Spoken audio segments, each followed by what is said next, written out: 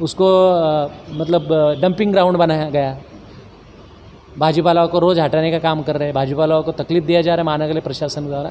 तो ये सब राजनीतिक नेताओं की, चंद भूमाफियाओं की और प्रशासन की साठगांठ है। और इस साठगांठ के तहत सभी कायदों का उल्लंघन करके वहाँ से किसी भी तरह से वो हटाने का काम कर रही है, ठेले वालों को या जो भाजी विक्रेता है उनको। तो उसके खिलाफ में हम लड़ने के लिए आज की ये मीटिंग यहाँ बुलाई गई थी। तो इसमें भिवंडी नगर पालिका से लेकर अब महानगर पालिका तक भिवंडी में हाकर जोन क्यों नहीं, क्या कारण है?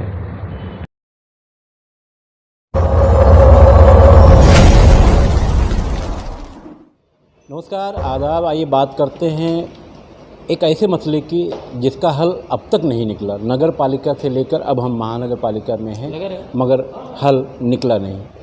अब मसला क्या है? सबसे पहला मसला भिवंडी शहर में ट्रैफिक जाम का जो मसला बताया जाता है कि आसपास में जो गाड़ी वाले होते हैं, भाजी तरकारी वाले होते हैं, इनकी वजह से होता है। तो इनकी वजह से अगर होता भी है तो इनके लिए जो सरकार द्वारा सहूलतें हैं वो क्यों दी नहीं जाती? वैसे भी भिवंडी शहर में अगर बात करें, मसला कुछ भी हो, टोरेंट की ऊंचाई हो या भाजी पाला वालों की गहराई हो, हर जगह एक नाम मिलता है एडवोकेट किरण चन्ने का। आज हम बात करेंगे क्योंकि आज भाजी पाला का जो यहाँ का ग्रुप है उनकी मीटिंग थी और एक बड़े मसले पर बात करेंगे।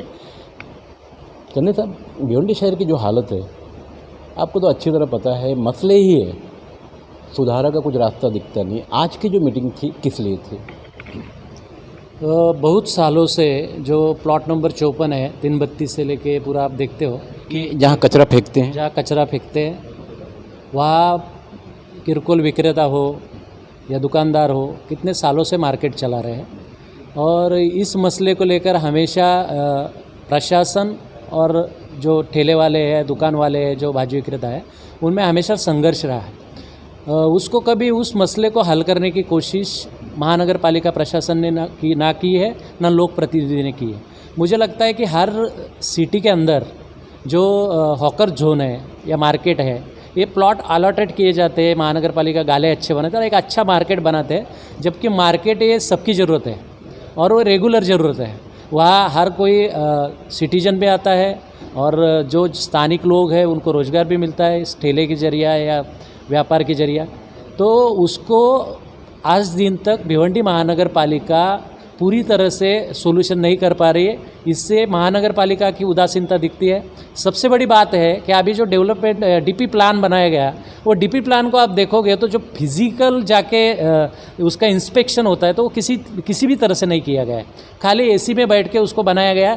जहाँ हिंदू बस्ती रहती है वहाँ कब्रस्तान डाला गया है। तो ये सारी जो चीज़ें दिखती है, इससे भिवंडी के सुधार लाने का प्रशासन के जो अधिकारी है, लोक प्रतिनिधि है, उनको ऐसा लगता ही नहीं कि भिवंडी एक अच्छा सिटी, सुंदर सिटी बने जिसमें सब जाति समाज के वर्ग के लोग अच्छे से रहे। ऐसा किसी को भी नहीं लगता। इसलिए आज दिन तक ये मसला हल नहीं हुआ है। अभी सबसे बड़ी बात है कि प्लॉट नंबर जो 54 है, वहाँ हॉकर्स बैठते हैं, मार्केट के जो विक्रेता है वो बैठते हैं, कुछ लोगों के स्टॉल्स हैं। तो ये प्लॉट नंबर 54 के बारे में इसके पहले भी एक मसला खड़ा हुआ, तो यह वहाँ से हटाने की कोशिश हुई।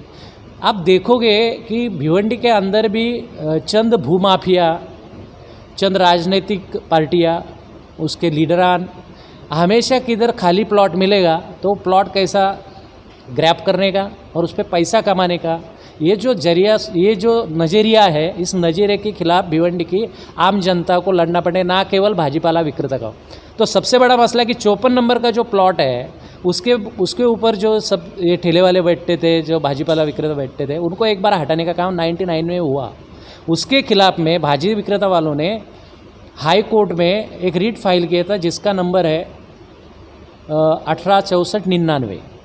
तो रीट मजदूरों के, भाजी विक्रेताओं के खिलाफ में गए, तो उसके विरोध में उन्होंने सुप्रीम कोर्ट में 99 में एक सिविल अपील की जिसका नंबर है 150199। इस अपील में सुप्रीम कोर्ट ने बाकायदा ऑर्डर किया महानगर पालिका के हलफनामे के ऊपर। उन्होंने कहा कि हम प्लॉट नंबर 54 में कॉम्प्लेक्स बनाने का काम चालू है और हम जो भी भाजी विक्रेता उनको प्लॉट अलॉट कराएंगे और जब तक नहीं कराते तब तक वो वहाँ भाजी बिक्री कर सकते हैं, वहाँ से उनको हटाया नहीं जाएगा, नॉट टू रिस्ट्रेन, ऐसा स्पेसिफिक कहा कोर्ट ने। तो ये ऑर्डर मेरे हाथ में है, तो ये ऑर्डर मैं दिखाना चाहता हूँ, जो हाई कोर्ट सुप्रीम कोर्ट के ऑर्डर मेरे हाथ में है, उसमें लिखा है जब ये ऑर्डर होने के बाद ना तो आप उसको डेवलप कर रहे हो 24 साल के बाद, मतलब आपने एक तरह मिसगाइड किया सुप्रीम कोर्ट को, फर्स्ट। सेकंड, आप उस कोर्ट के आदेश का भी उल्लंघन कर रहे हो, उसका अपमान कर रहे हो और यहाँ के जो भाजी विक्रेता उनको हटाने का काम कर रहे हो। तो ये पूरी साजिश के तौर पे हो रहा है, मुझे ऐसा दिख रहा है। उसको मतलब डंपिंग ग्राउंड बनाया गया, भाजीपालाओं को रोज़ हटाने का काम कर रहे हैं, भाजीपालाओं को तकलीफ दिया जा रहा है महानगर प्रशासन द्वारा।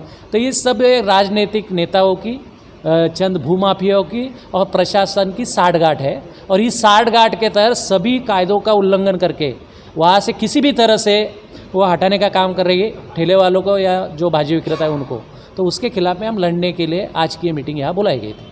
तो इसमें अगली रणनीति क्या है? अगली रणनीति कुछ आने वाले समय में 1 हफ्ते में हम मोर्चा निकालेंगे, ये सारी चीज़ें प्रशासन के सामने रखेंगे, और नहीं मान रहे तो इसके खिलाफ में हाई कोर्ट और सुप्रीम कोर्ट में फिर से जाएंगे और स्टे लेंगे। धन्यवाद।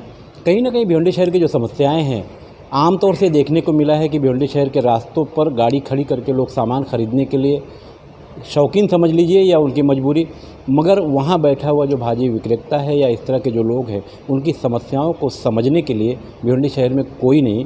भिवंडी शहर में 2 MLA हैं, मेंबर ऑफ पार्लियामेंट भी हैं, सब कुछ है, मगर यहाँ बस बात वही, जिसकी लाठी उसकी भैंस। मैं खान फखर यूनियन के माध्यम से यहाँ आज की इस सभा का आयोजन किया गया है, जिसमें भाजीपाला बिल्कुल विक्रेता और जो फेरी वाले हैं उन सभी भाइयों के साथ संवाद करने के लिए यहाँ मैं खड़ा हूँ। मंच पर बैठे बंटी भाई पाटिल, मुझ भाई, सचिन भाई, परमेश भाई, शेख, फिरोज भाई,